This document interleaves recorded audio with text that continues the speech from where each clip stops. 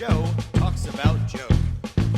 And now, your host, Joe Slepsky. Hey everyone, welcome back to Joe on Joe. It's me, your host, Joe Slepsky, and I am back with another fabulous episode of G.I. Joe Real American Hero, issue 127.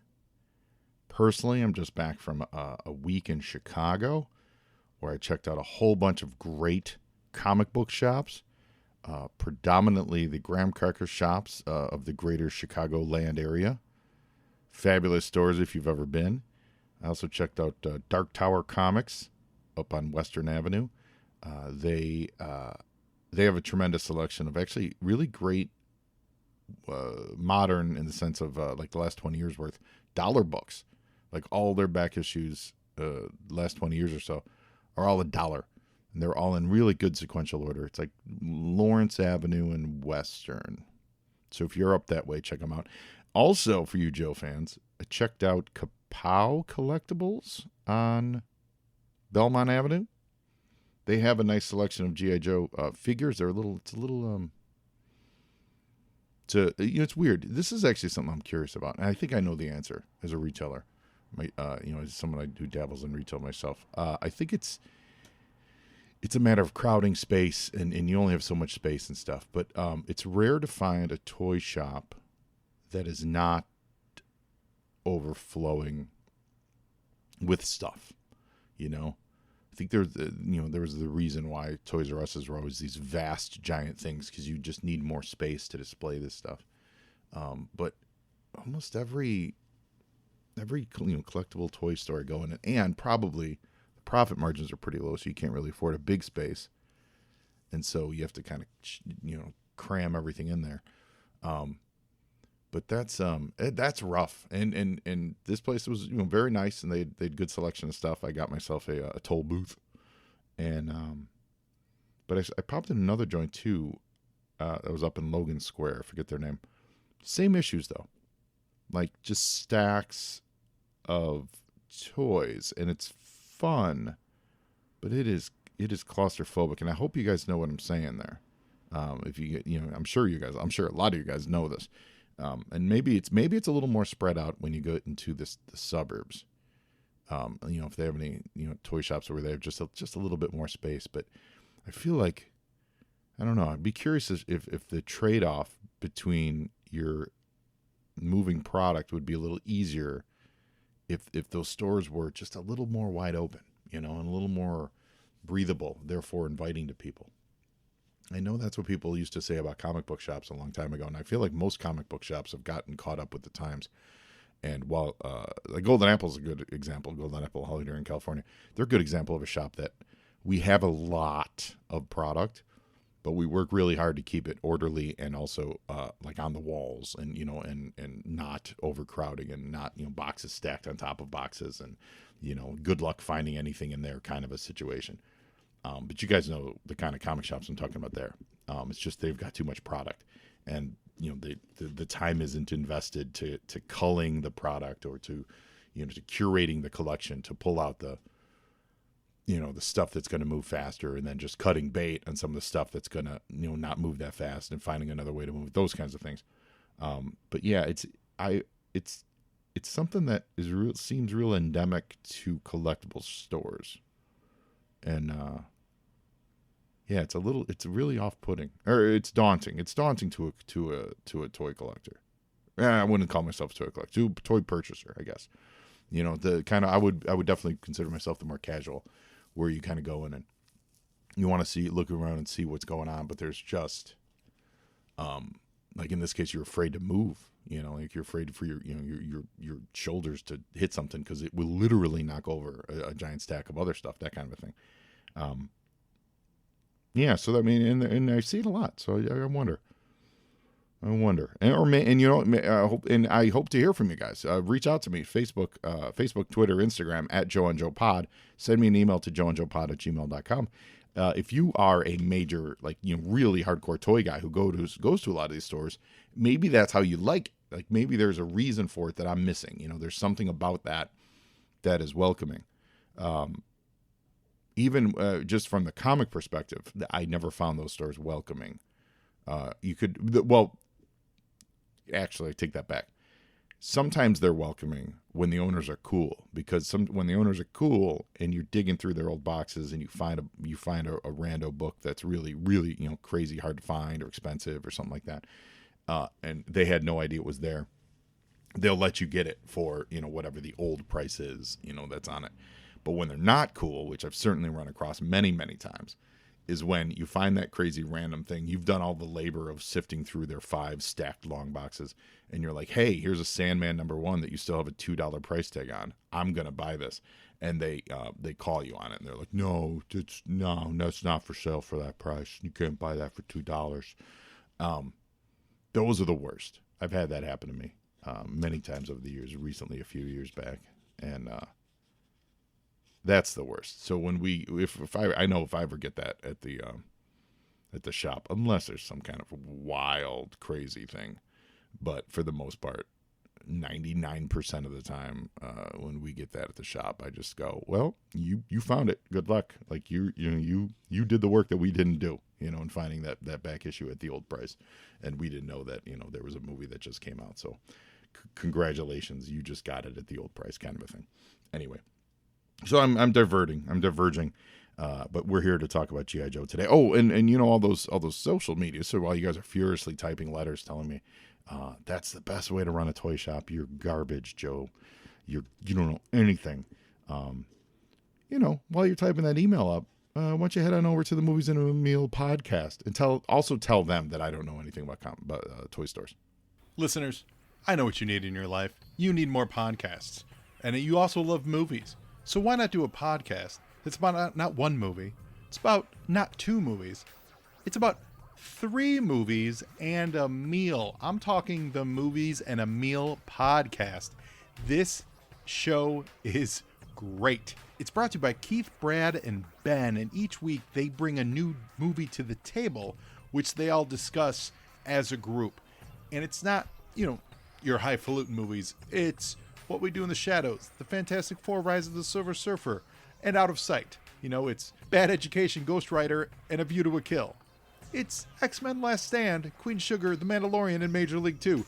They are a lot of fun to listen to. You guys know Ben. It's our friend Ben Penseriga. He was a guest on Joe and Joe. In fact, Ben was the very first remote guest that I ever had on this podcast, so he's always got a special place in my heart. I'm really digging this. I just started listening to it last week. It is a lot of fun. They bring a guest in. The guest, I listened to their Heathers episode. They were joined by Kelly, and she went in depth on her favorite movie, which was Heathers, and it made me want to go watch Heathers to watch with them. I really dig it. So guys, find them out there at Movies and a Meal, Twitter, Instagram. Their website is moviesandameal.podbean.com. They put out 1 episode a week. Give them a listen, guys. Support them. Let them know Joe on Joe sent you. I don't think you're going to be disappointed. It is quite entertaining. And now back to the show. All right, so we got that out of our system. Now, I just noticed something on the cover of this. Today we're talking about G.I. Joe 127, and it's another adventure in the very toyetic adventure, as these issues have been continuing in the G.I. Joe War Against Drugs. Let's put it that way. But before we jump into that, You were saying? we are going to look at comic books that were on the stand the same month as G.I. Joe 127. It's cover dated August of 1992. So put your head in the Wayback Machine. Last time we talked extensively about Eclipso, the Darkness Within crossover that was happening in all the annuals over at DC. That continues. We've got Action Comics #4. It's Superman, who has been Eclipsoed, fighting Captain Marvel. I think that's a Joe Quesada cover. It looks to me, first blush, like it is, yes. Orion the Immortal, Arion, Arion, like Orion, not Orion from New Gods. Arion the Immortal, issue #2. This is a fun miniseries. DC, God bless them, they really tried to make Atlantis a thing. Starting with, obviously the Aquaman connection, and then Peter David does the Atlantis Chronicles. And then they tied in and Orion, who had a previous series earlier in the 80s, that ran 28, 30 some issues, something like that. Maybe a little longer, actually. And he was a sorcerer from pre-sunken Atlantis. They really, really tried hard to make it a thing, and I don't know that it ever succeeded. I don't feel like either company has been able to properly get readers interested in the life of Atlantis, and that's what ARAH and the Immortal is doing. It's actually a fun miniseries. It's only 4 issues. And I liked the Orion series that ran a few years earlier. I thought it was fun. I thought it was really well done. But, it just never ignites that fire, that love for Atlantis. All the great Aquaman series. Like Peter David, obviously, his Aquaman had the best success of all. And I think that run was great, and it built up a lot of stuff about Atlantis. But, it just never seems to capture the public's eyes, and I'm not sure why. Maybe because it's too real. It's too close to home, because we all know it's sitting out there. Batman Returns, the official comic adaptation, issue 1 hit the stands. I think this is the soft cover version of it. I believe the hardcover was a couple months ago or last month. But those Batman adaptations are always great. The movie adaptations, they're always fun. They do an excellent job of like summarizing the movies in a shorter format, even to follow the rough, loose plot of a Batman movie. There's still stuff they have to pick and choose of what they include, and they did a pretty good job with that. Black Condor, issue number 3. This is a series that ran roughly 13 issues, 15 issues, I think. Very fun. I think Brian Augustyn, if memory serves, is the writer on it. Yes. And Rags Morales. And Brian Augustyn, I actually just finished reading. He passed recently, but I was just finished reading a really great article on Back Issue Magazine about The Flash and how, and Augustyn was the editor on that for a long time, and he ended up co-writing it with Mark Waid. Even when Mark Waid was just the credited writer, he was kind of the co-writer with it. Really talented guy, and he just passed. He was not very old, so rest in peace, Brian Augustyn. But Black Condor with art by Rags Morales, and Rags Morales is so talented. Black Condor is a fun series. I think they should, my opinion, they should figure out a new cover logo, because I don't like this this trade dress on this. I never thought it was that great. Figure out a new trade dress, and they should reissue this whole series in a trade. I think it was really it was overlooked, and it was pretty good for a D-list character. Detective Comics 647. This is the first appearance of Stephanie Brown. It's got I believe that's a Matt Wagner cover. Robin and Batman kind of half in shadows in a looks like they're in Wayne. Yeah, they are. Seems to be in Wayne Manor. Yeah, it's Matt Wagner cover. In front of the clock that opens up the Batcave. First appearance of Stephanie Brown, who would become the spoiler, who would also then become Robin number 4. I guess that would be Robin 4. Yeah, she would, the female Robin. Unless you count Carrie Kelly as Robin 4, even though she's in the future. Anyway, you know what I'm saying. She would become a Robin. So that book's always got a little more value to it. Not a super ton. That's really one of those characters that if they ever do something important with her in the movies, not just like a random character like Robin going, "Hey, Stephanie," at high school and then walking by, but if they actually do something important with her in the movies, I think that's a book that would be nice to have in your collection. Will probably double in value pretty quick. What else do we got here? Gargano Reborn. Talked about that. The new version, the new Justice League with Dan Jurgens at the helm is chugging along. Okay, so this is Justice Society of America, Volume 2, Number 1. This is a fun series. Mike Parobeck did the art on it. It really a great series. Just a fun celebration of reintroduction of the modern times of the Justice Society. And Mike Parobeck's art, he's another one. Rest in peace. He passed too soon. His art's great, so that's a whole lot of fun. There's some Star Trek, more Eclipsos, and all the Superman annuals, all the annuals. Everyone gets an Eclipso, and here we go. The Image era has begun. Now, I actually don't know why it's on this page, but Wildcats Volume 1 is listed on this page on DC. I don't know why. Did DC distribute the first few images? I don't know the answer to that, to be frank. And as I'm recording this, I'm just having this question. So we got some G.I. Joe stuff to get to, so I'm not going to Google this, but maybe I'll look it up in between. But why is the DC database listing Wildcats #1? I would bet you it's because DC helped with distribution, with getting these image books out in the wild.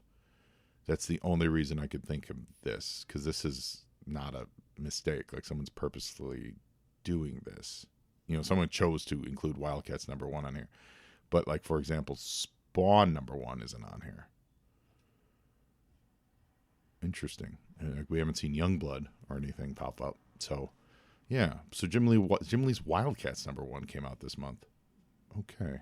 So, anyway, we're going to find out for next time. That'll be a mystery to solve. You were saying? I was, Stalker. And over at Marvel Comics, big book that jumps out. One big book and one just really good book. Amazing Spider-Man 365. This is a book that I think sat dormant for a long time. I know I never realized exactly what it was.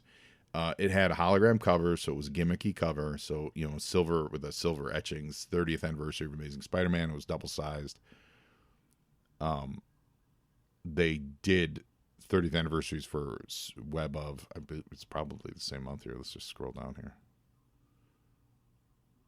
Spectacular Web of, where are they? Oh, maybe they do it next month. But this one specifically, there are other books that mirror this look, so maybe they come out in the following month. But this is the black one with the silver, and it's Amazing Spider-Man. It turns out to be the first appearance of Amazing Spider-Man 2099, which was overlooked for a long time by a lot of people, and then it was used in into the Spider-Verse, and all of a sudden people started getting interested in this book. So you could see slabbed copies going for a couple $100, which my thoughts on slabs are well known. We sell this book for like $20-$30 in the store, which is quite frankly a pretty big jump from where it used to be. So, like, for years it was a $5, $10 book at the very, very most, because it was just oversized. Yeah, and a lot of people, and there's a lot of copies. A lot of people have this book in their collection, but I don't think a lot of people realize that it's the first appearance of 2099. I didn't realize that for a long time until last few years it was pointed out to me that not Amazing Spider-Man 2099 #1, but actually this book. So the other cool book Spider-Man related is Spider-Man Soul of the Hunter. This is the sequel to Kraven's Last Hunt, and it's by J.M. DeMatteis and Mike Zeck, and I really, really dig this book. It's because Soul of the Hunter is so good, just so good. This is this is a follow-up. So Kraven was still dead. It dealt with Peter's emotional ramifications of all that stuff, of Kraven killing himself, and prior to Kraven killing himself, he took Spider-Man's place. And strangely, this is a book that doesn't get any love in the back issue collection. Same creative team, thematically a sequel to the to the follow-up, follow-up to that great story. And those singular issues certainly, those are exact, they're over above price guide in the market. But this actual follow-up, I think maybe a lot of people don't know about it. But it's really good, and that came out this month, same month as G.I. Joe 127. Another one is Capwolf. For different reasons, this book's awesome. Captain America turns into a werewolf, and it's got that amazing cover of his face is in shadow, so you just see the wolf eyes and the wolf smile and the ears and the fur. But it's Captain America's body holding up a shield, and it just says Capwolf. But they did do a Funko of this. It is fabulous. It is it's awesome. Capwolf is always going to be celebrated. The some of the annuals from Marvel, they had, instead of Eclipso being a line wide crossover, pardon me, Marvel had a few different ones. So Assault on Armor City was one that ran through Darkhawk and Iron Man. Deathlock had one called Time Stream, which ran through, which other ones here? I'm not sure which other ones, but that was a mini 4-parter. We talked about one of the ones last week. But Assault on Armor City is Iron Man, and Avengers West Coast is Assault on Armor City. Wolverine number 59, we have Wolverine as the Terminator on the cover. That's cool. Wolverine is switched to bi-weekly this month. There's 2 issues of that out. A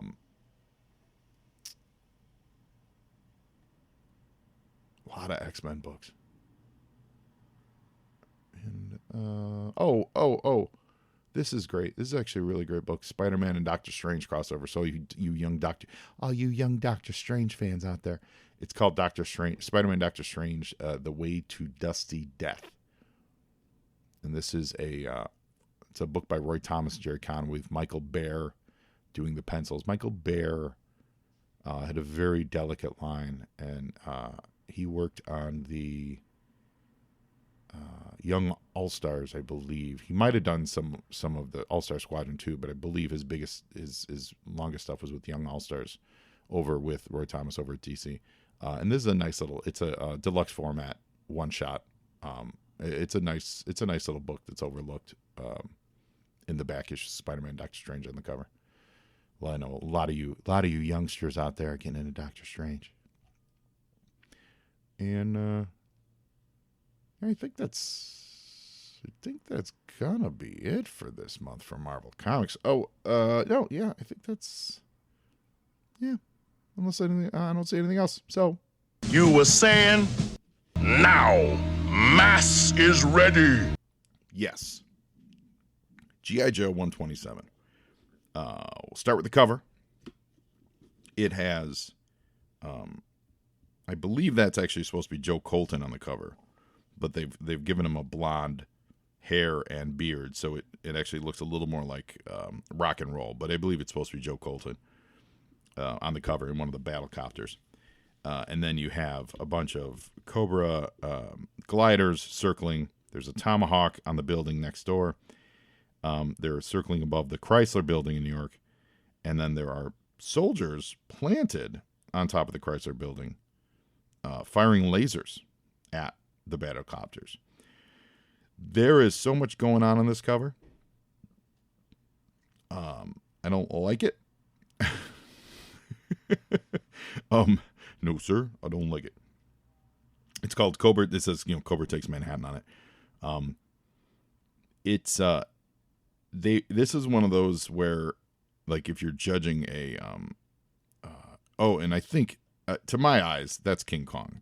He's not as big as King Kong would be, but there is a guy drawn near the very top of the Chrysler building. I feel like that's supposed to be like a King Kong joke. If you were judging this as a gymnastics routine, you would say the difficulty level on this cover is a 10. So they're really, especially with all the non-Photoshop capabilities that they had at the time. Andrew Wildman is going for a very difficult feat. I don't think they pull it off. I don't like the attempt. Well, it's not that I don't like the attempt. That's wrong. I don't like the way that the results of the image through the rotors looks. It's way too choppy. And then the rotors look lopsided in order to accommodate the image that we're looking at. Based on the angles, I feel like the rotors would be cutting off where the second Cobra glider is, but then you can't have the Cobra glider there, so you then extend the rotors so it becomes like a football. And I know that we're on an angle, so it's not exactly, it would look more flat, but it doesn't seem to be going in that same flatness based on where the main axis of the rotor is what I'm saying. So, like, there's issues here. It just looks they're going for like this sketchy feel as you look through the rotors, and it just looks awkward. And then the colors, again, because it's not Photoshop, and colors were still being done manually, it's just real thunky and chunky and thick. Thunky is the word that I'm choosing to use. So, like the blue of the rotors doesn't feel like it. You know what I mean? It just muddies that whole part of the image. The perspective of the angle of the building, the perspectives and the draw, like the rendering of this cover is actually great. I think the biggest problem I have is this attempt to do this, see-through rotors thing. That's really what throws me off on this. I think there could be a level of simplicity here that would help it. But like you've got great detail on the city. It's the use of the spotlights to not only spotlight the title G.I. Joe, but then it blocks out chunks of the city. I think that helps. Maybe a little more of that actually in some places, so that it would simplify what we're trying to look at, because there's just a lot going on here. While I love the addition of the Pan Am building with the tomahawk in the background, which is story specific, I love that. I don't know that that's needed, and so that could help simplify this cover and maybe shift what you're looking at here. The guys standing on the roofs shooting at the Joes, that's fun. You can't make out who they are, and because you don't know who Colton is, because he's not wearing. He's wearing just olive drab plain stuff, so it's not like it's Snake Eyes in the thing where you can look at his costume and tell who it is, or Flint, or Scarlet, one of the actual recognizable Joes. Like I said, this looks more like Roadblock than it looks like Joe Colton, because the beard's colored wrong. So by using him in that hot seat, the only real indication that this vehicle, besides if the Battlecopters, is a Joe vehicle, is because I guess you would say the star, but that's not like it's like the United States flag on it. You know what I mean? And because you have Cobra gliders also circling the building. Are they also getting shot at? You know what I mean? Like there is a lot going on in this cover, and I think it's just too busy. I think conceptually they could have done themselves some favors and just simplify it. Having said that, so that's that difficulty bar of like a 10. So having said that, with a difficulty of 10, I would say execution like 6 or 7, which is I think pretty good for the level of difficulty that they're doing, especially knowing that they didn't have like Photoshop and the ability to do like more nuanced layers and nuanced coloring and things like that with a cover of this this type of aspirational cover. So it works, but I don't know if it works. That's my thoughts on the cover. Yo, Joe! Playing with the big boys. So we've got a splash page of a generic green soldier, just charging the camera, and it's like he's charging, like a beach at Normandy kind of a thing. He's jumping off a boat. It's funny. It just looks like he's charging the cameraman. Like, how dare you take my photo? And someone's talking to Stalker. We don't exactly know who it is, but it says, looks like this fellow Joe was a grunt back in the old brown boot army. Now, I think this is done on purpose, because the Joe we're talking about is Joe Colton, who is modeled after the original oversized G.I. Joe, and the original oversized G.I. Joes had large dog tags, associated with them, but the size of the dog tags around this character's neck is offensive. I'm sure they're doing it because that's actually more appropriate to what the toy had large, because it was a toy. So it had like larger dog tags that you as the child could play with and whatever. So actually I'll give them points for that, for kind of matching what was stylized with the with the oversized 12-inch figure. But if your brain works it down to fitting into the kind of realistic, so quote unquote, world of G.I. Joe, why were they making dog tags so large? It's script by Larry Hama, pencils by Andrew Wildman, Rick Parker lettering, Bob Downs Baskerville on inks. It says Bob Downs and Baskerville. Looks like there's a plus there on inks. Lettering by Rick Parker's lettering. David Wohl is the editor. Bob Sharon is coloring. Tom DeFalco is editor-in-chief. Yo, Joe! And then we learned that it was Duke that was holding the photo. So it's Duke and Stalker. And it's New Look Duke. It's V2 Duke. And it's Stalker in his black beret with the black shirt, white pants look. And Stalker's like, yeah, I saw that photo the last time I was here, Duke. You know, which is like kind of like, yeah, I know, dude. I know. So what we're doing is we're getting a reintroduction for readers to Joe Colton and Jane, his assistant, G.I. Joe and G.I. Jane, and that they're the project director and chief system engineers of the laser. I guess that would be the best thing. Remember, last time we were here, it was there's a giant laser that the military has built into the Chrysler building, and these guys run it, and it's, you know, it can shoot up to the sky and pinpoint anywhere around the world, kind of a thing, and destroy anything.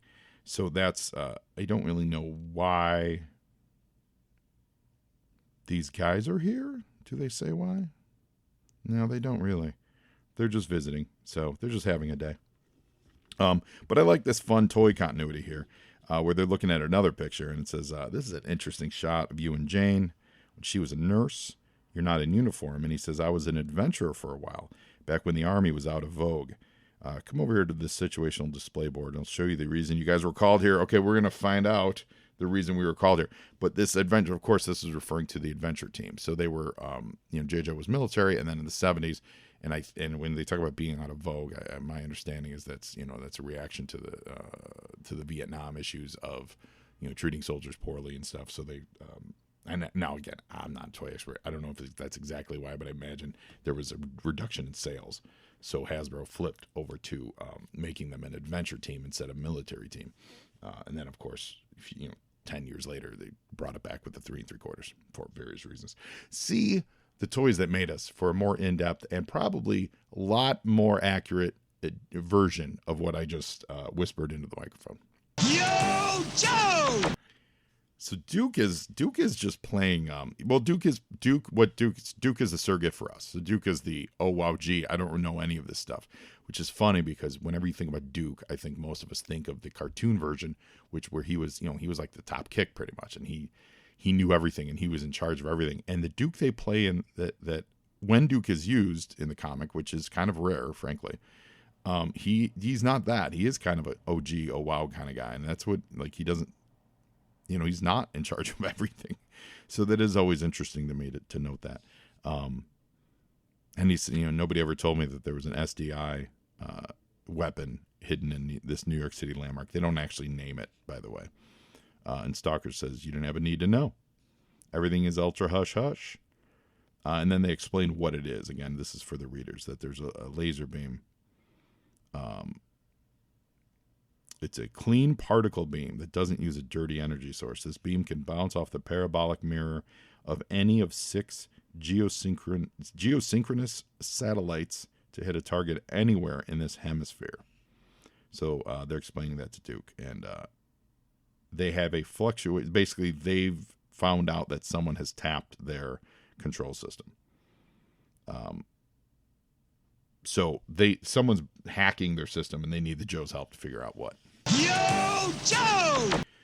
So now we move to a telephone switching facility in the Jersey marshlands. I love that everything bad in G.I. Joe starts in New Jersey. Let's just throw that out there. I feel like that was a statement Larry was making about the great state of New Jersey. I never lived there, barely been there, so I'm not going to be offended on behalf of them. But it always feels like an attack. It feels like between the dreadnoughts, we got switching stations. Like, there's all kinds of stuff that's happening in New Jersey that's just no good. But we get it's nice storytelling here. You start with this wide panoramic view, and the way that Wildman renders this is, it is swampy, polluted, multiple factories kicking up multiple pollution, gross and disgusting. Then we get a little tighter, and we see just this random nondescript building. Although outside of the random nondescript building are I think they're persuaders, are they?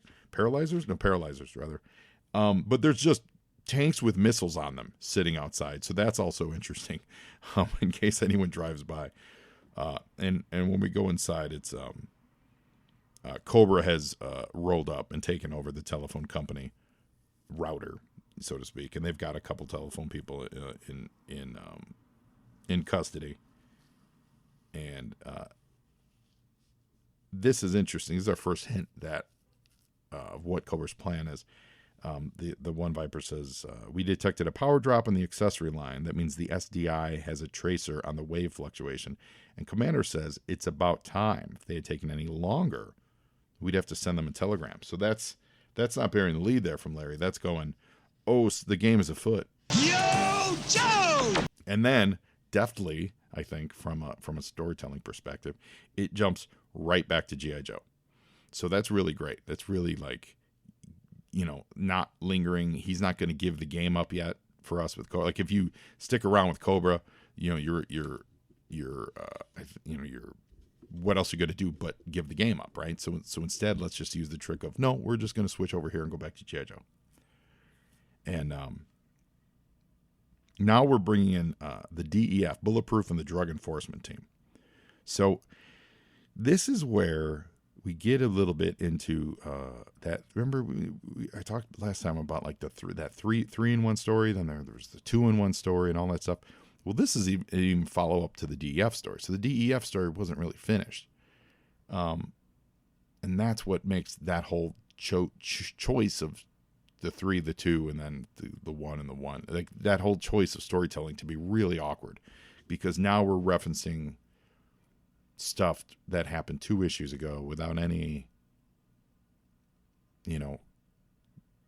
mention of it last issue. So you kind of have, you know what I mean? This wasn't handled deftly, but also we do know that we're also in the middle of a editorial change on the book. So I think that speculation, may have had something to do with this kind of disjointed nature. But they're actually, the Joes are in the lobby of the Chrysler building. And this is, and again, very deft storytelling. This whole scene where the Joes encounter some lady who's waiting for the elevator, and the Joes are trying to cut in front of her, and she's giving Joe Colton the business. Like, you can't cut just because you're, because my taxes pay your blah, blah, blah. This is deft because this actually sets up the way Cobra escapes at the end. So without this scene, Cobra's getaway in the final panels would just be out of the blue. So this is really actually very quick 2-panel deft storytelling, and Larry finds a way to make it fun. So we also learn that Wild Bill is in a Tomahawk. He's flying over the streets. They're actually more going to be on top of the Pan Am building. And my memory is flaking a little bit. Didn't we determine that the Cobra consulate was the Pan Am building based on the location, or was it that we used the Pan Am building as a guide? We've talked about this before. I think it might have been that we used the Pan Am building as kind of a map guide to where we thought we could find where we thought the Cobra consulate was actually located. But I thought, for some reason, I'm thinking that we determined it might actually have been the Pan Am building. Either way, but the Pan Am building comes back into play here, and now down in, where are they? So they don't say where they're at. They say call the DEF team. This is funny. The DEF is on a boat. They're doing a mission somewhere, and it says, Duke says, we need to divert your team to the Jersey Marshes, but they're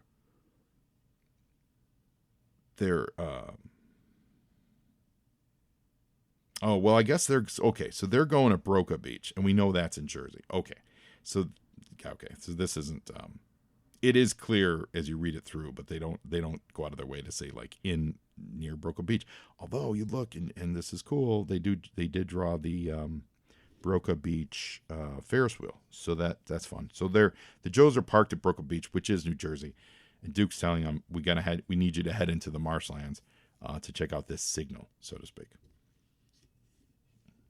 Yo, Joe! Now we cut back to Cobra. There's a nice close-up of Cobra Commander being theatrical as humanly possible. Phase 2, in the Viper says, Phase 2 can commence whenever you give the word. And he says, let the music begin. Little Nacht music, I think night music, play, gypsies play. I'm not sure exactly what he's quoting. I have a feeling one of you will reach out to me and tell me exactly what he's quoting. But they start sending music through the Chrysler building, the sound system. And it's kind of what that is it's an announcement that we've taken over your your systems. Yo, Joe! And off the Jersey Shore, now seemingly kind of out of nowhere, and not really because you're talking about the DEF, and the DEF was chasing the headman, but we just check up on, and there's the headman in a giant boat.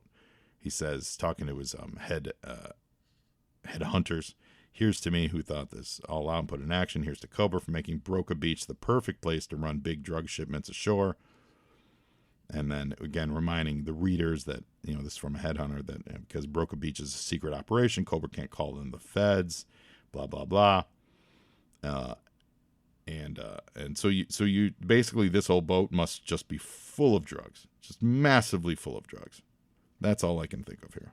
Oh, in fact, one of them says it's the biggest shipment ever, and laughingly Headman says, don't I know it? So what if I had to go in way over my head to borrow capital from the mob so I can make an extra big score?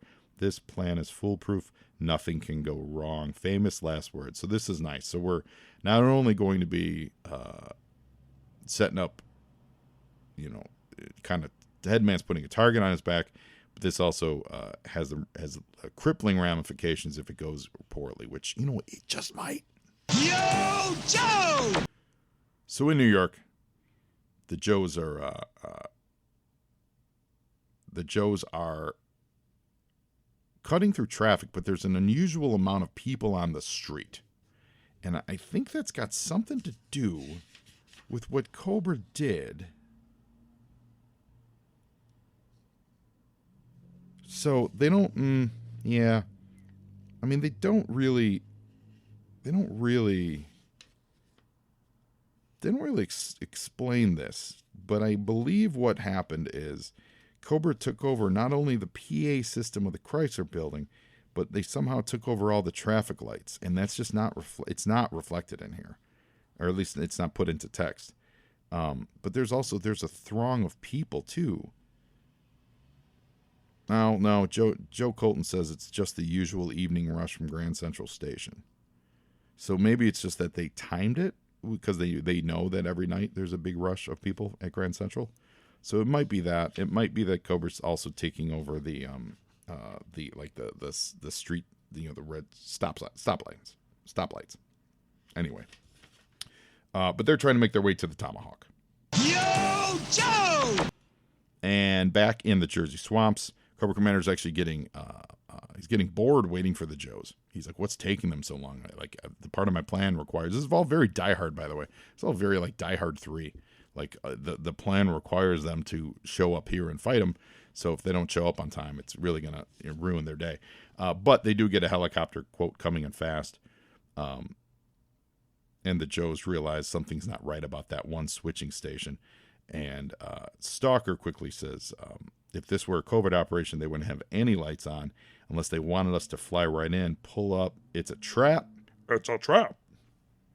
Yo, Joe! And they do ambush the Joes.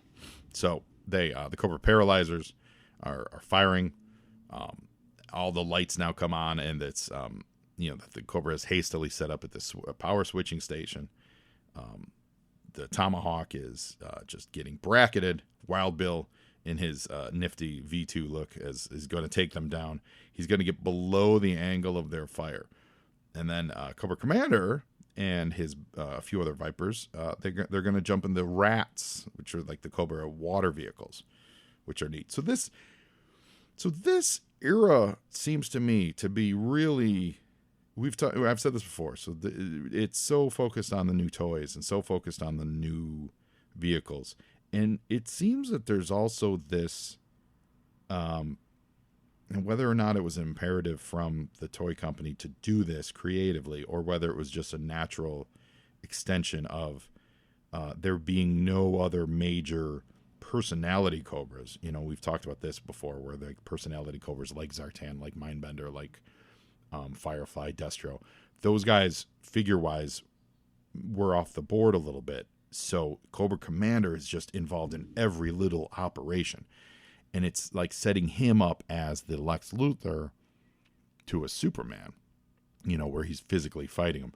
Whereas before, you know, it was always Cobra Commander. Yes, he'd be on the battlefield for the big battles and such, but, you know, there was always a very much a disconnect. There was always a send my cronies out to do something, and Cobra Commander would sit back. So this is like, he personally has been at the heart of all these schemes for the last few issues. And I wonder if that was an edict at the time, or if it was just a natural extension of being told, hey, use these figures. But Hasbro really was just doing 18 types of Vipers and like one extra version of Cobra Commander. You know, there wasn't a lot of character villains, so to speak. Yo, Joe! Just speculation. So we just get a few pages of just good fun fighting. You know, well drawn vehicles, getting blowed up real good. The Tomahawk looks, Wildman does a great job with the Tomahawk. We get a Flak Viper scragging the tail rotor, and then Wild Bill crashes it into to take out the final paralyzer that was shooting at them. So this is all, you know, just standard kind of action set pieces. You know, where a lot of times you go light on background to keep the focus on the action that's happening in the fore. Yo, Joe! This is a cool shot, actually. This top one, it's kind of neat. It's the crashed Tomahawk sitting on top of paralyzers, and we have to draw these Flak Vipers that were seemingly killed, to be frank, in the crash. But you have to draw them there because at the end of this page, Joe Colton picks up one of their missile launchers and uses it, fires it at one of the Cobra vehicles. But yeah, just Duke and Stalker and Joe Colton fighting more Cobra stuff. But some nice detail on this, I'll say that. I kind of like the addition of this inker, the Bob Downs Baskerville inks. I kind of like it. I think it gives a thicker line to a lot of Wildman's work, and it makes it just feel more feel sturdier, you know, feel more less sketchy, which I think helps his stuff. Yo, Joe! You know, and Duke gives him a mighty slick shooting for a desk jockey, and Stalker throws in, you might say that old Joe here is a real American hero. That's awesome. Now, Cobra Commander and those other Vipers, they're those rats, and they're shooting out across the swampland, although I guess this might be the Atlantic at this point, because they're headed back towards New York City. So they wanted to draw the Joes to New Jersey while they then shot back into New York. I wonder what for. Yo, Joe! Now, with the helicopter being shot down, the only backup they had was the DEF, which they rerouted towards that Jersey shore. And so the DEF finally shows up. So they missed the firefight, but they're actually there to help pick these guys up. And this is what I love about this is that like their mission is drug enforcement, right? So they're going to make sure that, you know, by pulling them off this job, a whole boatload of dope is going to hit the streets. That's what Cutter and Duke gives them, calm down. You hotshots can get back on the case as soon as you unload those big crates you've got on board. And so that's like, I get it. You're singularly focused on drugs. You can go back to the war on drugs as soon as you give us our battlecopters. Thanks a lot. And we just get a quick panel here of Cobra parking the rats, a taxi pulling up directly next to the wharf. Like, this is an awkwardly placed wharf and taxi and such. But they're on their way to the Cobra, to the Cobra consulate building. Yo, Joe! So Duke, Stalker, Joe Colton, they get on those battle copters, some assembly required, but like, you manually put them together, and then you got instant transportation, which is great for both selling it as a toy of like these fun little battle copters, but also as a vehicle, probably less dangerous than the old jump jetpack. So we catch up in New Jersey. That's what's happening. The Joes are heading back to New York on the drug freighter. They're getting very close to Broca Beach, which once they get there, they're going to unload the quote whole boatload of dope. And in New York City, Cobra Commander goes to the Cobra consulate building, but that is only to go to the very top of the consulate building, which is again seems to have been rebuilt. And they jump on their Cobra gliders, heading seemingly towards the Chrysler building. And the DEF is rushing back towards Broca Beach. Yo, Joe! So a lot of chess pieces, a lot of like ticking clocks, a lot of moving pieces in this whole adventure. And Jane calls the Joes, and she says 3 empty Cobra gliders just fell past her window. So she knows they're getting assaulted, and they don't really have much to do about it because their protection are still flying their way in these battle copters. So it's a nice little, it's kind of a splash page. It's a splash page with 3 inserts that cover most of the page, but it's cool. It looks good. And like this rendition of, you could see things through these battle blades, but it's not as jarring as it is on the front cover is nice. I really like the overlay of the rotors. They cut off the insert framing images of like Jane and this assistant dude, but you can see through them to see Stalker. So within the image that they're in, you can see through the frames. But they also add this layer of conversation to the insert pictures, and Stalker's rotor does not cut over. So it lends, and it's very subtle. So it's only, Stalker's rotor would only cut out maybe like 1/4 of an inch, but it adds this 3D pop effect to it. And then the bottom frame, which is Cobra Commander and the other Vipers breaking into the Chrysler building in the SDI program, that sits on top of the main frame. So there is this natural mounting story progression and this 3D effect that's 100% achieved by just the layering choices that Wildman did, which is really cool. I really like this page. Yo, Joe! They can see the Cobras on top of the building, breaking in. He says, Colton says, they're plugging into the laser firing circuits. And the Joes don't really have anywhere to land because of the shape of the Chrysler building with those battle copters. Like, they would just kill themselves. So they have to go back to the Pan Am building. And Cobra sees that they're circling, but they have time to do it. And this is funny. And it's somewhere in a callback. Anyone gives me a hard time about commandeering an elevator, just better watch out. And one of the other guys points out that we're cutting it close. We've got to get all the way down the Pan Am building. We're going to cross the street and then go all the way back up again. While Cobra's trying to do all this stuff. So they need G.I. Jane to step up her game, which she does. Like, she goes up there with a pistol and starts trying to stop them. Yo, Joe! But the laser guidance is under Cobra control.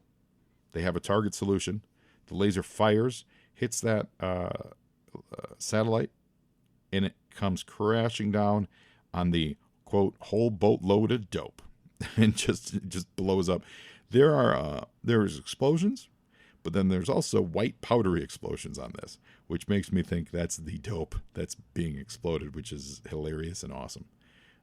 We don't know if anyone survived this boat. I don't know if we see Headman again.